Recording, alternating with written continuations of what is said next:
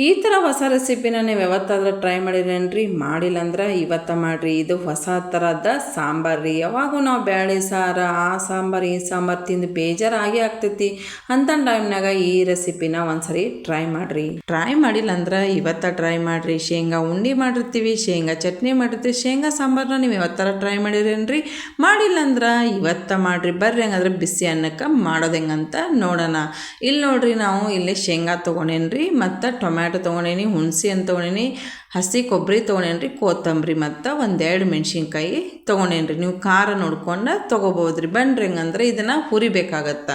ಹುರಿಬೇಕಂದ್ರೆ ಏನು ಮಾಡ್ಬೇಕ್ರಿ? Gas stove on ಮಾಡ್ಬೇಕು. ಗ್ಯಾಸ್ ಸ್ಟವ್ ಆನ್ ಮಾಡಿದ್ಮೇಲೆ ಇಲ್ಲೊಂದು ತವ ಇಟ್ಟಿದ್ದೀನಿ, ಅದು ಬಿಸಿ ಆಗ್ಬೇಕ್ರಿ. ಬಿಸಿ ಆದಮೇಲೆ ನೋಡಿರಿ, ನಾನು ಶೇಂಗಾನ ಈ ಥರ ಹುರ್ಕೊತಾ ಇದ್ದೀನಿ ರೀ.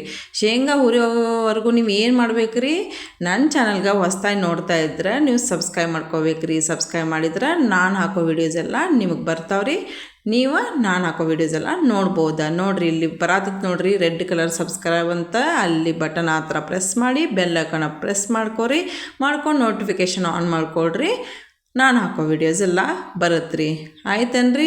ಬರ್ರಿ ಹಂಗಂದ್ರೆ ಶೇಂಗಾ ಹುರಿಯನ್ನ ನೋಡ್ರಿ. ಈಗ ಶೇಂಗಾ ಹುರಿಯತ್ತೇನೆ ರೀ. ಈ ಥರನ ಎಲ್ಲನೂ ಶೇಂಗಾ ನಾನು ಹುರ್ಕೊಳತ್ತೇನೆ ರೀ. ಸ್ವಲ್ಪ ಇದು ಕೆಂಪು ಕಲರ್ ಬರ್ಬೇಕು ರೀ, ಚಟಪಟ ಅಂತಾವೆ ನೋಡ್ರಿ ನೀವೇ ನೋಡತ್ತಲ್ಲ. ಚಟಪಟ ಆದಮೇಲೆ ಗ್ಯಾಸ್ ಸ್ಟವ್ನ ಆಫ್ ಮಾಡ್ಬೇಕು ರೀ. ಆಫ್ ಮಾಡಿದ್ಮೇಲೆ ಅವೇನು ಶೇಂಗಾ ಹುರ್ಕೊಂಡಿದ್ವಲ್ಲ ಅದನ್ನು ನಾವು ಮಿಕ್ಸಿಗೆ ಹಾಕ್ಕೋಬೇಕಾಗತ್ತೆ ರೀ. ಮಿಕ್ಸಿಗೆ ಇವನ್ನೆಲ್ಲನೂ ಈ ಥರನ ಹಾಕ್ಕೋಬೇಕು ರೀ. ಮಿಕ್ಸಿಗೆ ಹಾಕ್ಕೊಂಡು ಆದಮೇಲೆ ಇದನ್ನು ಸೈಡ್ಗೆ ಸ್ವಲ್ಪ ಹೊತ್ತು ಎತ್ತಿಡ್ರಿ. ಮತ್ತು ಇನ್ನೊಂದು ನಾವು ಹುರ್ಕೋಬೇಕಾಗತ್ತೆ ನೋಡ್ರಿ. ಈಗ ಮೆಣ್ಸಿನ್ಕಾಯಿ ಎಲ್ಲ ತೊಗೊಂಡಿದ್ದೀವಿ ನೋಡ್ರಿ. ನಾವು ಆ ಮೆಣ್ಸಿನ್ಕಾಯಿ ನಾನು ಇಲ್ಲಿ 2 ಮೆಣ್ಸಿನ್ಕಾಯಿ ತೊಗೊಂಡಿದ್ದೆ ರೀ.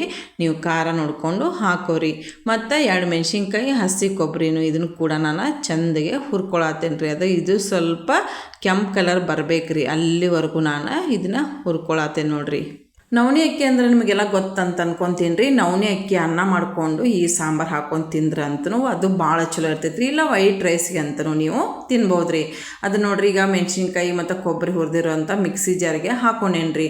ಈಗ ನಾನಿಲ್ಲಿ 1 ಟೊಮ್ಯಾಟೊ ತೊಗೊಂಡೇನಿ ರೀ. 1 ಟೊಮ್ಯಾಟೊನ ಇದನ್ನು ಕೂಡ ನಾನು ಚೆಂದಗೆ ಸ್ವಲ್ಪ ಎಣ್ಣೆ ಹಾಕ್ಕೊಂಡೆ ಇದನ್ನು ಕೂಡ ಹುರ್ಕೊಳತ್ತೇನೆ ನೋಡ್ರಿ. ಈ ಥರನ ಹುರ್ಕೋಬೇಕ್ರಿ. ಅಂದ್ರೆ ಟೊಮ್ಯಾಟೊ ಸ್ವಲ್ಪ ಸಾಫ್ಟ್ ಆಗ್ಬೇಕ್ರಿ, ಅಲ್ಲಿವರೆಗೂ ನಾವು ಹುರ್ಕೋಬೇಕಾಗತ್ತೆ ರೀ. ನೀವು ನೋಡತ್ತಿರಲ್ರಿ, ಹಸಿ ವಾಸನೆ ಹೋಗೋವರೆಗೂ ನಾವು ಟೊಮ್ಯಾಟೊನ ಹುರ್ಕೋಬೇಕಾಗತ್ತೆ ರೀ.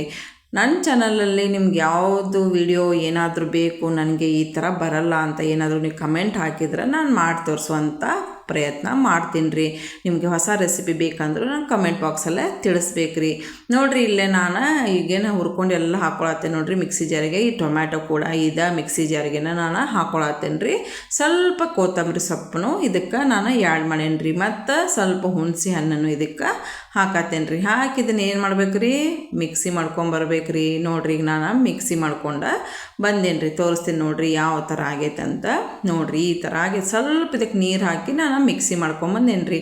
ನೋಡಿರಿ, ಈ ಥರ ಆಗಿರ್ತೈತಿ. ಇದನ್ನು ಸೈಡ್ಗೆ ಎತ್ತಿಟ್ಟು ಇನ್ನೊಂದು ಬಾಣಲಿ ತೊಗೊಂಡೇನಿ ರೀ. ಬಾಣಲಿ ಬಿಸಿ ಆಗ್ಬೇಕು. ಬಾಣಲಿ ಬಿಸಿ ಆದಮೇಲೆ ಸ್ವಲ್ಪ ಇದಕ್ಕೆ ಎಣ್ಣೆ ಹಾಕತ್ತೇನೆ ರೀ. ಎಣ್ಣೆ ಹಾಕ್ಕೊಂಡು ಇಲ್ಲಿ 1 ಸ್ಪೂನಷ್ಟು ನಾನು ಜೀರಿಗೆ ಹಾಕ್ಕೊಳತ್ತೇನೆ ನೋಡಿರಿ. ಜೀರಿಗೆ ಹಾಕಿದಾದ್ಮೇಲೆ ಇದಕ್ಕೆ ನಾನು ಸ್ವಲ್ಪ ಕರಿಬೇವಿನ ಸೊಪ್ಪು ಇದಕ್ಕೆ ಹಾಕತ್ತೇನೆ ರೀ. ನೋಡಿರಿ, ಕರಿಬೇವಿನ ಸೊಪ್ಪು ಇದಕ್ಕೆ ಸ್ವಲ್ಪ ಹಾಕಿದ್ಮೇಲೆ ಏನು ಮಾಡ್ಬೇಕು ರೀ? ಅವಾಗ ನಾವೇನು ಮಿಕ್ಸರ್ ಮಾಡ್ಕೊಂಬಂದಿದ್ವಿ ನೋಡಿರಿ, ಅದನ್ನೆಲ್ಲನೂ ಇದಕ್ಕೆ ಹಾಕ್ಬೇಕು ರೀ. ನೋಡಿರಿ, ಎಲ್ಲನೂ ಇದಕ್ಕೆ ಹಾಕತ್ತೇನೆ ರೀ ನಾನು. ನೋಡಿರಿ, ಈ ಥರನ ಎಲ್ಲನೂ ಹಾಕೇನಿ ರೀ. ಹಾಕಿದ್ದನ್ನು ಚೆಂದಾಗೆ ಮಿಕ್ಸ್ ಮಾಡ್ಕೊಳತ್ತೇನೆ ರೀ. ಅಂದ್ರೆ ಒಗ್ಗರಣೆ ಎಲ್ಲ ಮಿಕ್ಸ್ ಆಗಬೇಕಲ್ರಿ, ಅದಕ್ಕೆ ನಾನು ಇದನ್ನು ಎಲ್ಲನೂ ಮಿಕ್ಸ್ ಮಾಡ್ಕೊಳತ್ತೇನೆ ರೀ. ಮಿಕ್ಸ್ ಮಾಡ್ಕೊಂಡು ಸ್ವಲ್ಪ ಅವಾಗ ಏನು ನಾವು ಮಿಕ್ಸಿ ಮಾಡ್ಕೊಂಡಿದ್ವಿ ನೋಡಿರಿ, ಮಿಕ್ಸಿ ಜಾರಿಗೆ ಸ್ವಲ್ಪ ನೀರು ಹಾಕಿ ಇದಕ್ಕೆ ನಾನು ಮತ್ತೆ ನೀರು ಹಾಕ್ಕೊಳತ್ತೇನೆ ರೀ. ನಿಮಗೆ ಗಟ್ಟಿ ತಿಳು ಎಷ್ಟು ಬೇಕು ನೋಡ್ಕೊಂಡು ನೀವು ಇದನ್ನು ನೀರನ್ನ ಹಾಕ್ಕೋಬೇಕಾಗತ್ತೆ ರೀ. ಭಾಳ ಗಟ್ಟಿನೂ ಮಾಡ್ಕೊಳಕ್ಕೆ ಹೋಗ್ಬೇಡ್ರಿ, ಭಾಳ ತಿಳುನು ಮಾಡ್ಕೊಳಕ್ಕೆ ಹೋಗ್ಬೇಡ್ರಿ. ಒಂದು ರೀತಿನ ಮಾಡ್ಕೋಬೇಕಾಗತ್ತೆ ರೀ. ನೋಡಿರಿ, ಇಲ್ಲ ನಾನು ತೋರ್ಸಾತೀನಲ್ಲ, ಇದು ಯಾಕೋ ಸ್ವಲ್ಪ ಗಟ್ಟಿ ಅಂತ ಅನ್ಸತೈತೆ ರೀ. ಇದಕ್ಕೆ ಸ್ವಲ್ಪ ನಾನು ಇನ್ನೊಂದು ಸ್ವಲ್ಪ ನೀರು ಹಾಕ್ತೀನಿ ನೋಡಿರಿ. ನೀವು ನೋಡ್ಕೊಂಡು ಆ ನೀರನ್ನ ಹಾಕೋರಿ. ಒಂದು ಸರಿ ಜಾಸ್ತಿ ನೀರನ್ನ ಹಾಕೊಳಕ್ಕೆ ಹೋಗಬೇಡ್ರಿ. ಇಲ್ಲೇ ನಾನು ರುಚಿಗೆ ತಕ್ಕಷ್ಟು ಉಪ್ಪು ಹಾಕತ್ತೇನೆ ರೀ. ನಿಮಗೆ ರುಚಿಗೆ ಎಷ್ಟು ಬೇಕೋ ನೋಡ್ಕೊಂಡು ಅಷ್ಟು ಉಪ್ಪನ್ನ ಹಾಕ್ಕೋಬೇಕಾಗತ್ತೆ ರೀ. ನೋಡಿರಿ, ಈಗ ಇದು ಭಾಳ ಸುಲಭ ರೀ, ಭಾಳ ರುಚಿನೂ ಇರ್ತೈತಿ. ಇದನ್ನು ಯಾರು ಬೇಕಾದರೂ ಆರಾಮಾಗಿ ಮಾಡ್ಕೋಬೋದು ರೀ. ಮತ್ತು ಹೊಸ ರುಚಿ ಅಂತಲೂ ನಿಮ್ಗೆ ಅನಿಸ್ತೈತೆ ರೀ. ಅವಾಗವಾಗ ಬೇಳೆ ಸಾರು ಊಟ ಮಾಡಿ ಬೇಜಾರಾದಾಗ ಈ ಥರ ಒಂದು ಸರಿ ಟ್ರೈ ಮಾಡಿರಿ. ಬಿಳಿ ಅನ್ನಕ್ಕೆ ಭಾಳ ರುಚಿ ಇರ್ತೈತೆ ರೀ.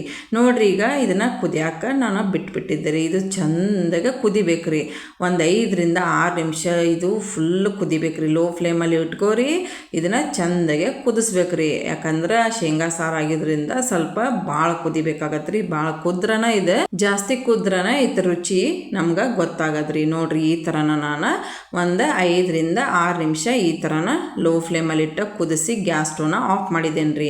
ಈಗ ಇದನ್ನು ನಾನು ಸರ್ವ್ ಮಾಡತ್ತೇನೆ ನೋಡ್ರಿ. ಈ ಸಾಂಬಾರನ್ನ ನೀವು ಟ್ರೈ ಮಾಡಿಲ್ಲ ಅಂದ್ರೆ ಇವತ್ತು ಟ್ರೈ ಮಾಡಿರಿ, ಭಾಳ ಅಂದ್ರೆ ಭಾಳ ರುಚಿಯಾಗಿರ್ತೈತಿ. ಇದನ್ನು ಬಿಸಿ ಅನ್ನಕ್ಕೆ ಹಾಕೊಂಡು ತಿಂದ ಏನು ಮಾಡ್ಬೇಕ್ರಿ, ಕಮೆಂಟ್ ಬಾಕ್ಸ್ನಾಗ ನನಗೆ ಹೇಳ್ಬೇಕ್ರಿ. ಕಮೆಂಟ್ ಬಾಕ್ಸ್ ಅಂತೂ ನಿಮ್ಗನ ಐತ್ರಿ. ಇದಕ್ಕೆ ನಾನೀಗ ನೋಡ್ರಿ ಹಾಕಿದಕ್ಕೆ ಕಟ್ ಮಾಡಿರುವಂಥ ಕೊತ್ತಂಬರಿ ಸೊಪ್ಪು ಹಾಕಿದ್ದೇನೆ ರೀ.